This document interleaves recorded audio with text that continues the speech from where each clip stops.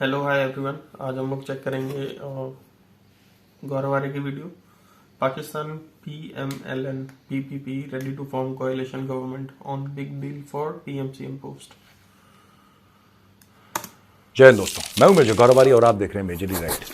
दोस्तों, आखिरकार कल पाकिस्तान में सरकार बनने का कम से कम एक आइडिया लग गया, अगर सरकार ना भी बनी हो। दो पार्टीज, पाकिस्तान मुस्लिम लीग नून यानी कि नवाज शरीफ वाली पार्टी और पाकिस्तान पीपल्स पार्टी जिसका बिलावल भुट्टो जरदारी चेयरमैन है, वो वाली पार्टी, इन दोनों के बीच में गठजोड़ हो गया है और अब ये बनाएंगे सरकार। बीच में कह रहे थे कि सुन्नी इत्तेहाद काउंसिल है और पाकिस्तान तहरीक इंसाफ है, फलाना ढिमका। अच्छा, फिर बीच में इसमें अपने डीजल बाबा भी आ गए। डीजल बाबा कौन है? मौलाना फजलुर रहमान, जमातुल उलेमा इस्लामी पाकिस्तान, उसके सरबरा, उसके हेड, उसके चेयरमैन, वो बीच में कूद गए। मौलाना फजलुर रहमान कह रहे मैं भी आऊँगा। PMLN ने बोल दिया कि भाई साहब आपने बहुत देर कर दी, यानी कि नवाज शरीफ ने उनसे बोल दिया मौलाना आपने बहुत देर कर दी है, अब तो हमारा मैटर सेटल हो गया है।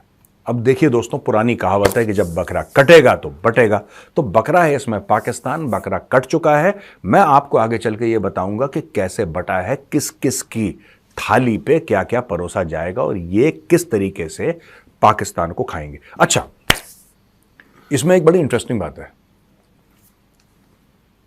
पाकिस्तानी आर्मी ने ये इंश्योर करा है, ये जो PDM 2, पहले वाली PDM थी ना, पहली वाली पाकिस्तान डेमोक्रेटिक मूवमेंट PDM, पहली वाली जो जिसमें ये दर्जन भर पार्टीज थी, इमरान खान के खिलाफ खड़ी हो गई थी। शहबाज शरीफ जिसका हेड था और वहां पे प्राइम मिनिस्टर भी बना था शहबाज शरीफ, या दैट वाज PDM।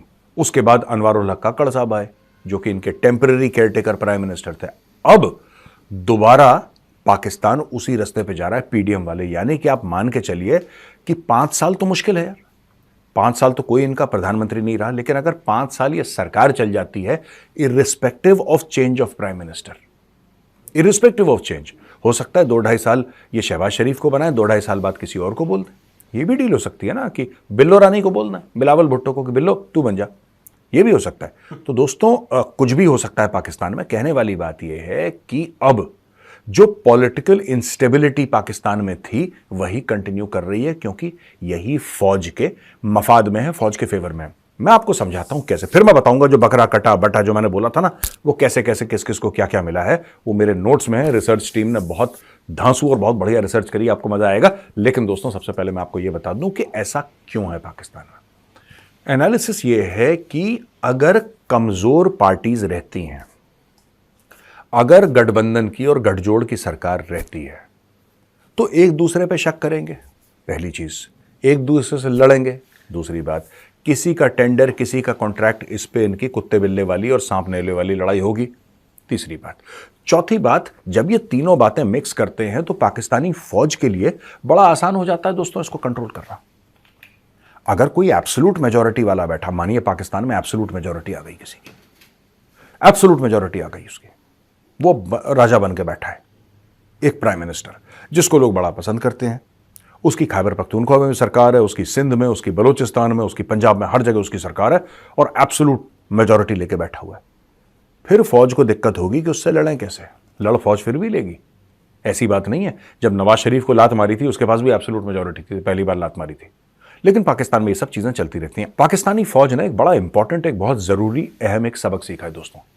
वो सबक है क्या? वो सबक ये है कि पॉलिटिकल पार्टीज को एब्सोल्यूट मेजॉरिटी में आने ही नहीं देना, आने ही नहीं देना। इनको लंगड़ाते लंगड़ाते चलते हैं धीरे धीरे। पाकिस्तान जो है कभी दौड़ ना पाए, पाकिस्तान अपने पैरों पे पाकिस्तान खड़ा ना हो पाए। जब भी पाकिस्तानी आवाम कुछ एक्सपेक्टेशन रखे अपने हुक्मरानों से, तो ये देखे कि वो कमजोर हैं और फौज आके उनकी मदद कर रही है। यानी कि पाकिस्तान की पॉलिटिक्स चलेगी, ऐसी बात नहीं कि नहीं चलेगी, लेकिन वो भाई लंगड़ा लंगड़ा के चलेगी। वास्तव फिल्म का 1.5 फुटिया, याद है आपको कैरेक्टर वास्तव फिल्म का 1.5 फुटिया? ये जो PDM 2 है, PDM 1 भी, ये वास्तव फिल्म का 1.5 फुटिया है। ऐसे एक एक एक करके this the Pakistani army ensures. अब वो बकरा कटेगा बटेगा, उसके बारे में मैं आपको बताना चाहता हूं। देखिए दोस्तों, ऐसा है पाकिस्तान पीपल्स पार्टी यानी कि बिलावल भुट्टो जरदारी वाली पार्टी, उसको मिलेगा प्रेसिडेंसी, यानी कि राष्ट्रपति उनकी पार्टी का होगा। तो आप ये समझ लीजिए ये तो बनेगा नहीं राष्ट्रपति, तो राष्ट्रपति बनेगा इसका बाप जरदारी। जहां तक मुझे समझ में आ रहा, हो सकता है कोई और कैंडिडेट भी हो, लेकिन अभी तक जो समझ में आ रहा है, आपने एक बात देखी, पूरे चुनाव प्रक्रिया में जरदारी कहीं सामने नहीं आया, जरदारी चुप। ये पाकिस्तान का सबसे तेज पॉलिटिशियन है, मैं किसी दिन वीडियो बनाऊंगा जरदारी के ऊपर।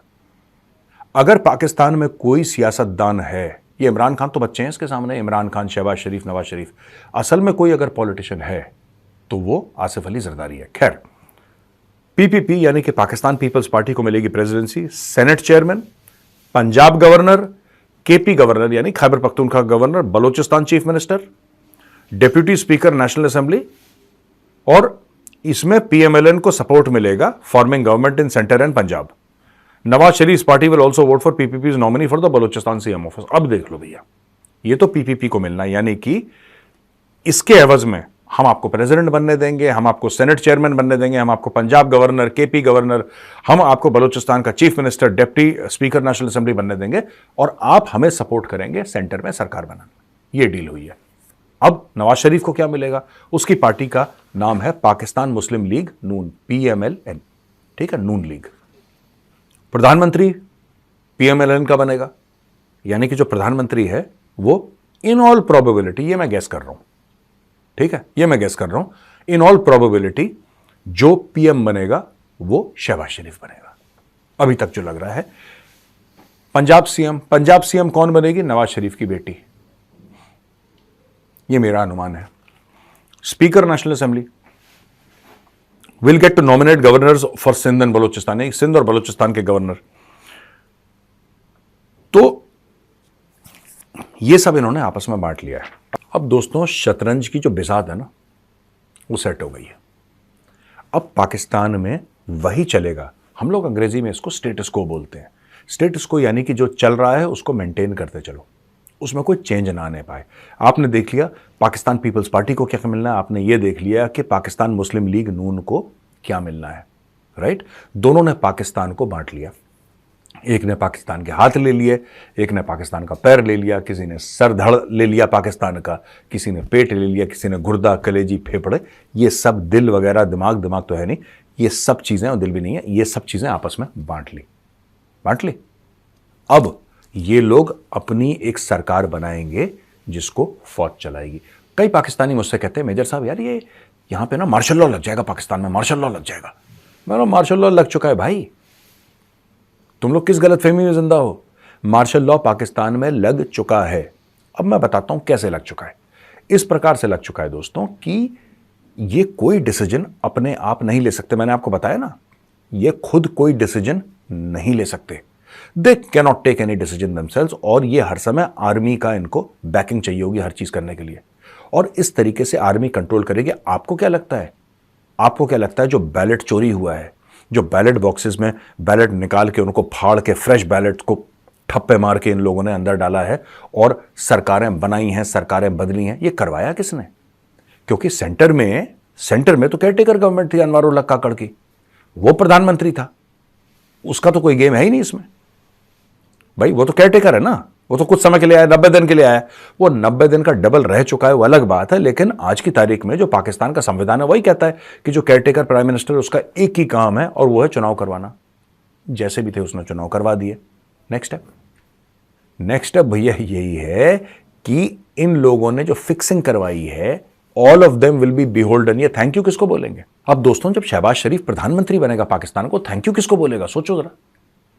वो थैंक यू उसको बोलेगा जिसने उसको बनाया है, और उसको बनाया किसने है? वो जिसने धांधली करी है, जिसने बैलेट बॉक्सेस के अंदर पुराने बैलेट निकाल के फाड़े और नए वाले बैलेट्स पे ठप्पे लगवाए हैं, उसको थैंक यू बोलेगा। वो है कौन दोस्तों? वो है पाकिस्तान की फौज। तो पाकिस्तान में मार्शल लॉ एक तरीके से लग चुका है। फौजी वर्दी वाला प्राइम मिनिस्टर रेजिडेंस या प्रेसिडेंट हाउस में नहीं बैठा है, जाहिर सी बात है वो वहां पर नहीं बैठा है, लेकिन कंट्रोल सारा का सारा आर्मी चीफ ही कर रहा है। तो ये चुनाव जीता किसने? ये चुनाव ना जरदारी ने जीता, ना भुट्टो ने जीता, ना नवाज शरीफ ने जीता, ना इमरान खान ने जीता। ये चुनाव जीता है जनरल आसिम मुनीर ने।